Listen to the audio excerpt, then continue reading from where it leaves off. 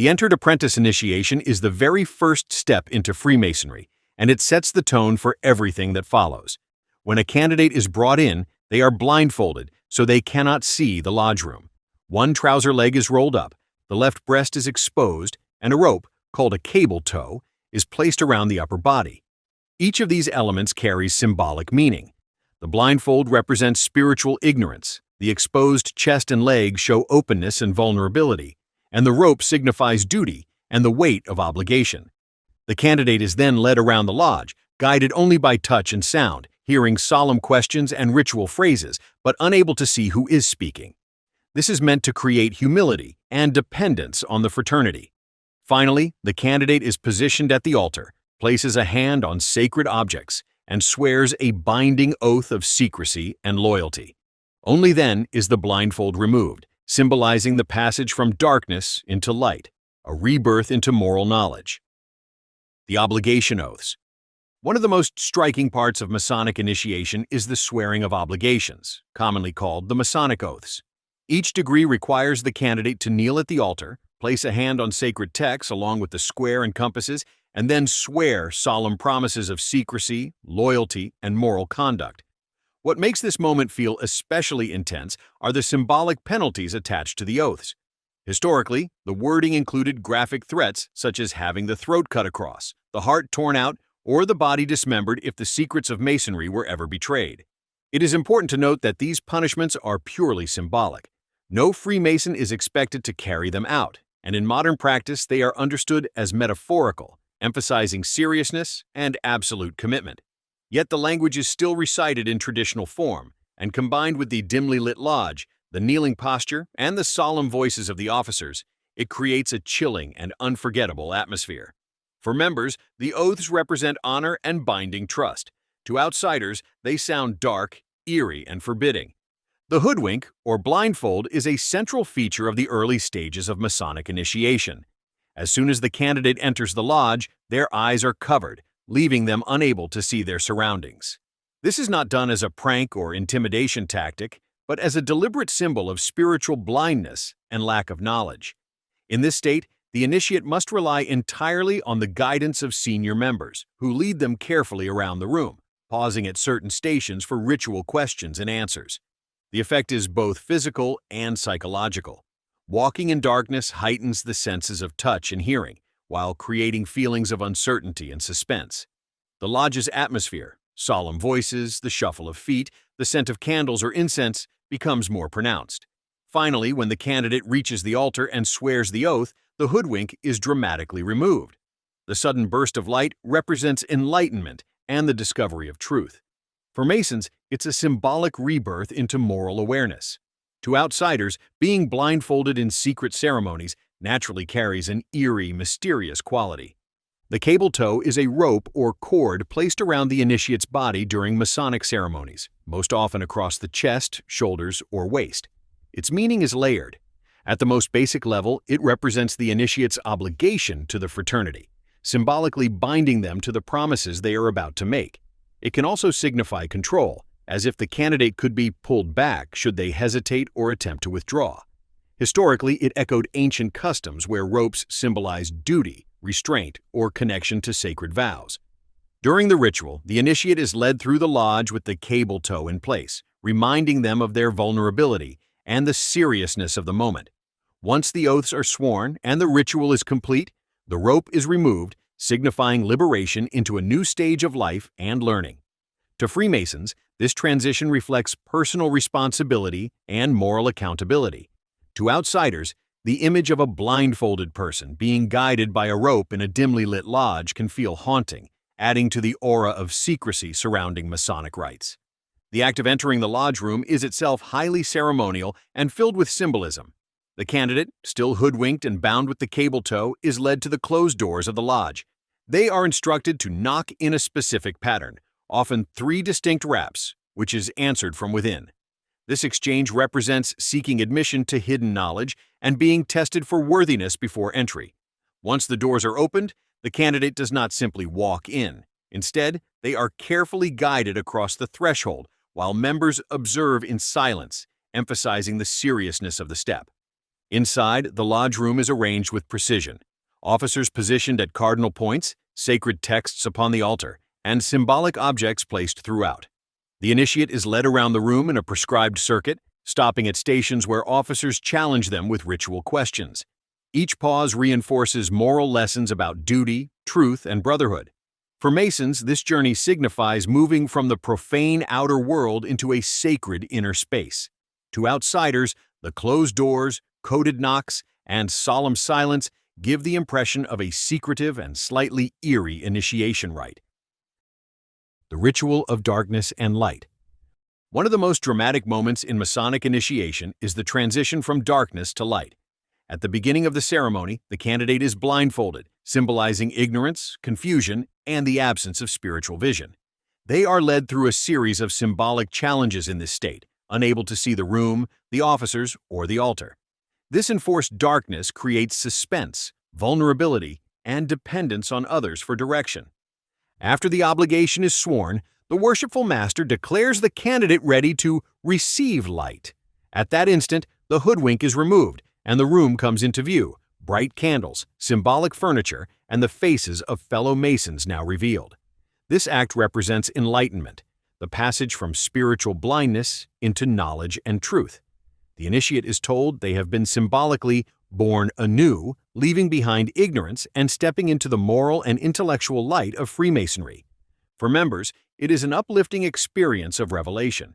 But to outsiders, the sudden removal of a blindfold in a secretive room, after whispered words and oaths, carries an undeniably spooky and theatrical undertone. The square and compasses on the altar. At the center of every Masonic lodge stands an altar, and on it are placed the square, the compasses, and a sacred text, such as the Bible, depending on the faith of the candidate. During initiation, the candidate kneels at this altar while swearing their obligation. The positioning of the square and compasses is not arbitrary. Each degree of Masonry has a specific arrangement, symbolizing the gradual unveiling of knowledge and virtue. The square, a builder's tool, represents morality and the importance of living an upright life. The compasses symbolize restraint, self-control, and the boundary between proper conduct and excess. Together, they serve as constant reminders of ethical behavior. For the candidate, placing a hand on these tools while making solemn vows links their promises directly to the principles of moral order. To outsiders, though, the dimly lit room, the kneeling figure, and the symbolic tools laid upon a holy book can appear unsettling, as though sacred texts are being bound to secret allegiances.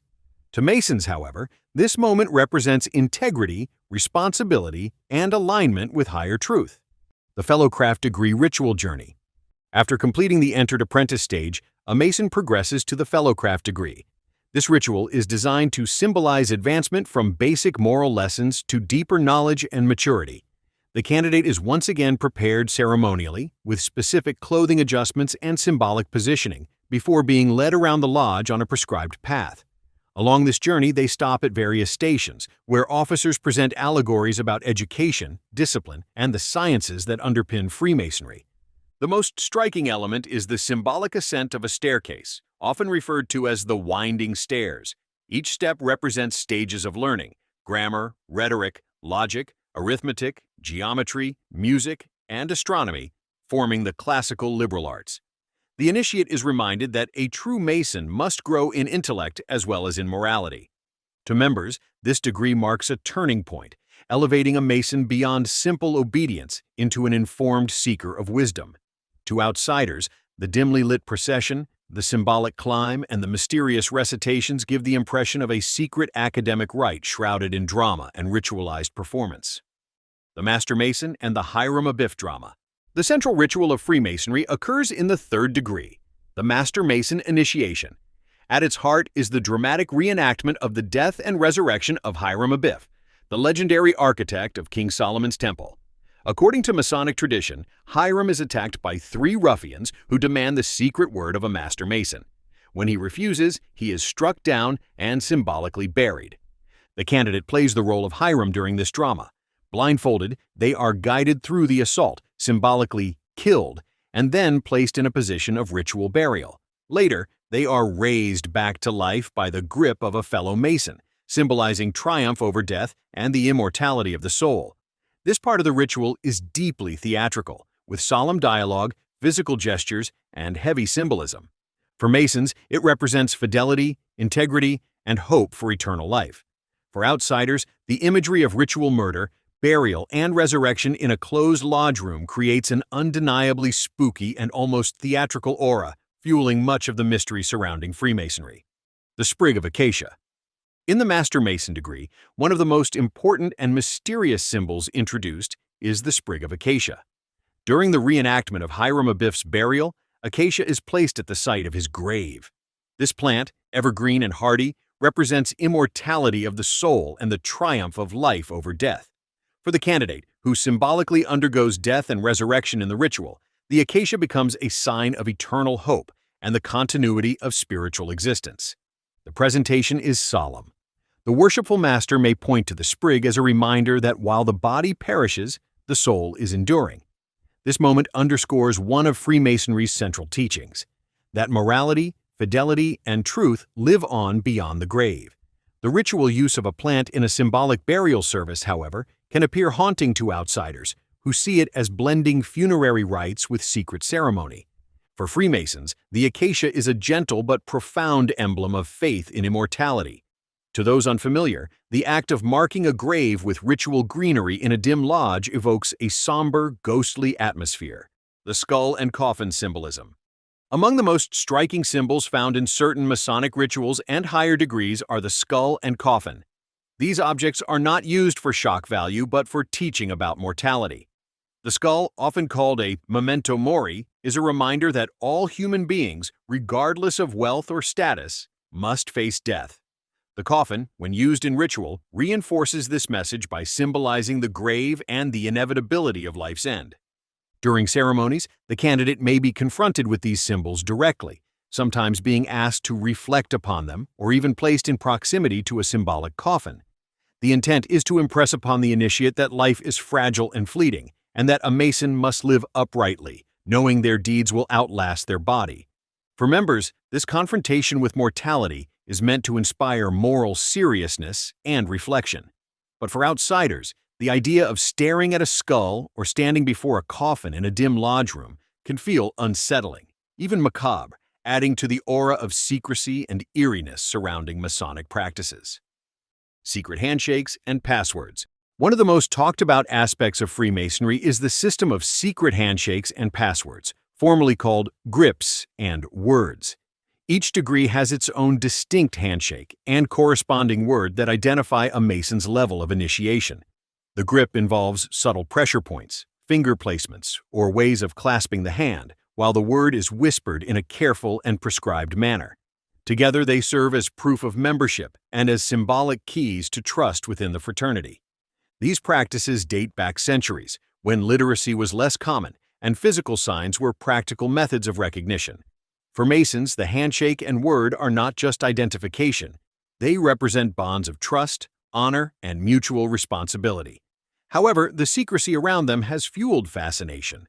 Outsiders imagine shadowy figures exchanging hidden codes in plain sight. In ritual, when a candidate learns these for the first time, the moment is solemn and formal, underscoring their acceptance into the brotherhood. To non-Masons, the idea of whispered passwords and cryptic grips behind closed doors naturally carries a spooky conspiratorial aura. The point of a sword at the oath. During certain Masonic obligations, the candidate kneels at the altar to swear secrecy and loyalty. At this moment, an officer of the lodge places the point of a drawn sword near the candidate's bare chest.